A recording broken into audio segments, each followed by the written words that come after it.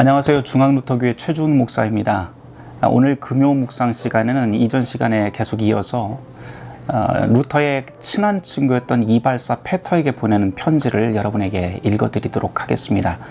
지난 시간까지 우리는 주기도로 기도하는 법을 루터의 글을 통해서 우리가 함께 보았었는데요. 오늘은 좀 더 구체적이고 실제적인 이야기가 될 것 같습니다. 십계명을 통해서 루터가 어떻게 기도하는지 그 친구에게 전하고 있는 내용인데요. 특별히 이 십계명 기도를 어떻게 하는 방법을 잘 들어보시면 우리가 배울 점이 꽤 많은 것 같습니다. 예를 들어서 맨 처음에 루터는 십계명으로 기도하기 전에 이런 이야기를 시작을 해요.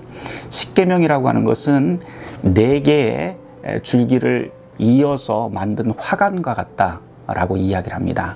꽃으로 만든 관인데요. 그래서 이 십계명 하나하나의 계명 속에는 4가지의 의미로 나누어서 우리가 기도를 하고 묵상을 해보면 굉장히 좋을 것 같다 그러면서 실제적인 이야기를 합니다. 이 4개의 그 4겹의 의미가 첫 번째로 제일 먼저 해야 될 일은 십계명의 각 계명이 가지고 있는 그 의미가 무엇인지, 그 안에 담겨 있는 의미를 먼저 묵상을 해보고, 두 번째로 감사의 제목이 무엇인지 묵상을 해보고, 세 번째로 그럼에도 불구하고 나는 감사하지 못했던 것, 이 안에 담겨 있는 하나님의 뜻을 제대로 살아내지 못한 그 회개를 함께 묵상을 해볼 것을 이야기하고요. 맨 마지막 4번째에 이제 전체 내용을 아우러서 입으로 실제로 한번 기도를 해보라고 그렇게 이야기를 합니다. 그 실제적이고 구체적인 이야기를 루터가 이제 시작을 하는데 제가 한번 읽어드리도록 하겠습니다. 오늘은 제가 첫째 계명과 둘째 계명까지만 여러분에게 읽어드리도록 하죠.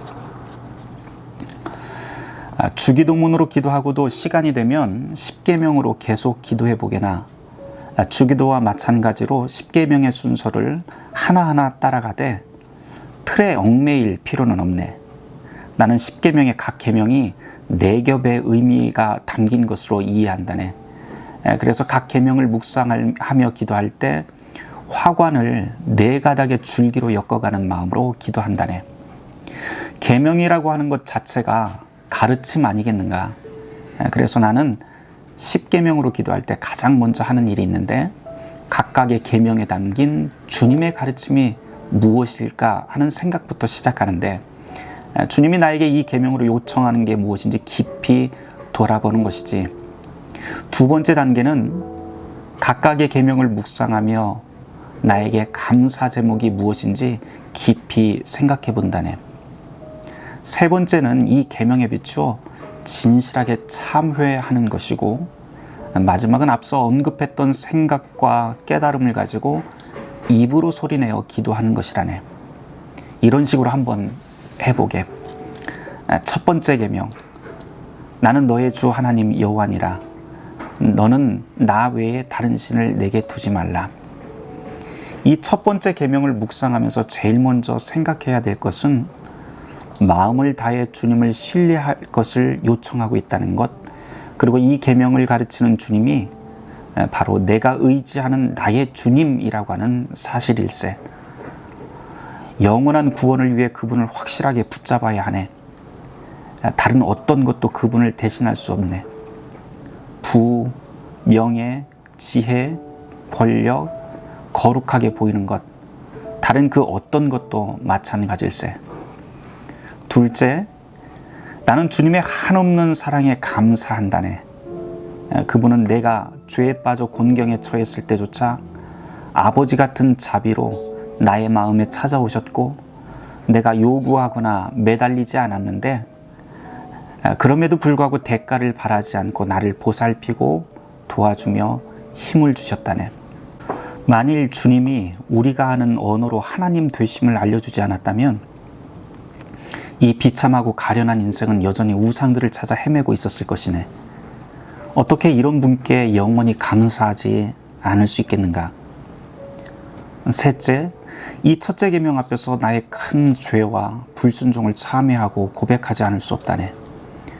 주님은 나에게 귀한 가르침과 값진 선물들을 주셨지만 나는 늘 이 사실을 소홀히 여기고 무시하며 살았네. 게다가 주님이 아닌 다른 것을 신처럼 받드는 우상 숭배를 헤아릴 수도 없을 만큼 많이 했으니 주님의 폭풍 같은 진노가 내게 임해야 마땅하네. 나는 이 모든 죄와 불순종을 참회하고 고백하며 그분의 은총을 간구한다네. 네 번째, 나는 이렇게 기도한다네. 오, 나의 주 하나님, 당신의 은총으로 나를 도우소서. 날마다 당신의 계명을 더 잘 배우고 이해하게 하셔서 흔들리지 않는 신뢰 가운데 그 계명을 따라 살게 하옵소서. 주님, 나의 마음을 지켜주옵소서. 다시는 당신의 은총을 잊거나 불충한 삶을 살지 않게 하옵소서. 땅 위에 있는 것이나 땅 아래에 있는 어떤 피조물에도 매달려 위로를 찾지 않게 하옵소서. 오직 유일하신 주님께만 나의 심장을 걸어놓고 살게 하옵소서. 아멘. 사랑하는 주 하나님 아버지, 아멘. 아직 여유가 있다면 이제 두 번째 계명도 이렇게 네 가지로 나누어 살펴보며 기도해 보게나. 두 번째 계명, 너는 내 하나님 여호와의 이름을 명령되게 부르지 말라. 첫 번째, 나는 이 계명에서 주님의 이름이 존경받고 거룩하고 아름답게 간직되어야 되는 것을 배운다네. 주님의 이름을 경솔히 입에 올려 맹세하지 말고 그분의 이름으로 저주하지도 말고 우리 입으로 괜한 자랑을 하지 말고 나 자신의 명예와 명성을 구하지 말고 오직 겸손하게 그분의 이름을 부르고 기도하며 찬양하고 높여드려야 하네. 나는 이 두 번째 계명을 묵상할 때마다 이 계명을 주신 분이 바로 나의 주님이시고 나는 그저 그분의 무익한 종이라고 하는 사실을 유일한 기쁨과 영광으로 삼는다네.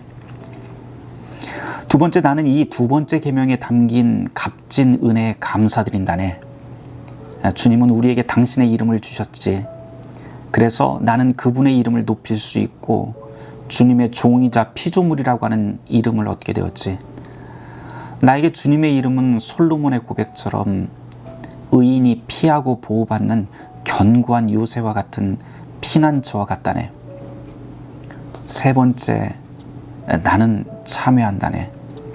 나는 이 계명을 생각하면서 그동안 내가 이 계명을 거스르며 저지른 수치스럽고 부끄러운 죄들을 회개한다네. 나는 주님의 거룩한 이름을 부르고 높이며 존경하지 않았을 뿐 아니라 나에게 주신 은총을 감사하지도 않았다네. 대신 부끄러운 일과 죄에 빠져 헛된 맹세와 거짓말, 사기를 치고 주님을 배신하고 그분의 이름을 오용했다네.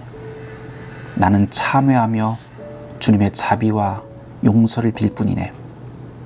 넷째, 나는 이렇게 기도한다네. 주님, 저희가 이 계명을 제대로 익힐 수 있게 하옵소서. 주님의 이름을 거스르는 모든 사악한 악덕과 오용, 죄로부터 저를 보호하시고 감사의 마음으로 주님의 이름을 바르게 사용하며 당신을 경외하며 높이는 삶을 살 수 있게 하옵소서. 앞서 주기도문에서 했던 말을 다시 한번 해야겠네. 만일 그렇게 깊은 묵상에 잠길 때 성령이 자네를 깊이 깨우치고 그리고 말씀하기 시작하신다면 지금 내가 설명했던 그런 설명에 매달리지 말고 그분이 자네를 어디로 어떻게 인도하시는지 조용히 귀를 기울이며 그분의 인도에 자네의 모든 것을 맡겨보게나. 그리고 그분이 자네에게 하시는 말씀을 경청하면서 그 말씀을 잊지 않도록 잘 기록해두게. 그렇게 하면 자네는 다윗이 고백한 대로 주님의 율법 안에서 일어나는 놀라운 일들을 경험하게 될 걸세. 오늘 이렇게 두 번째 계명까지 여러분들에게 읽어드렸는데요.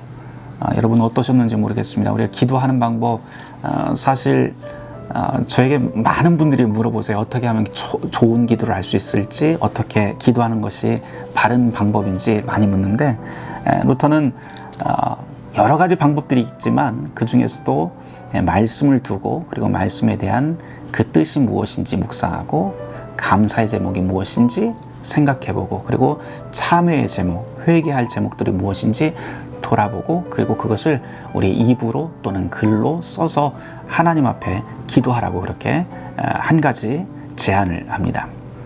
이번 주간 동안 한번 여러분들 이렇게 기도해 보시는 것은 어떨까요?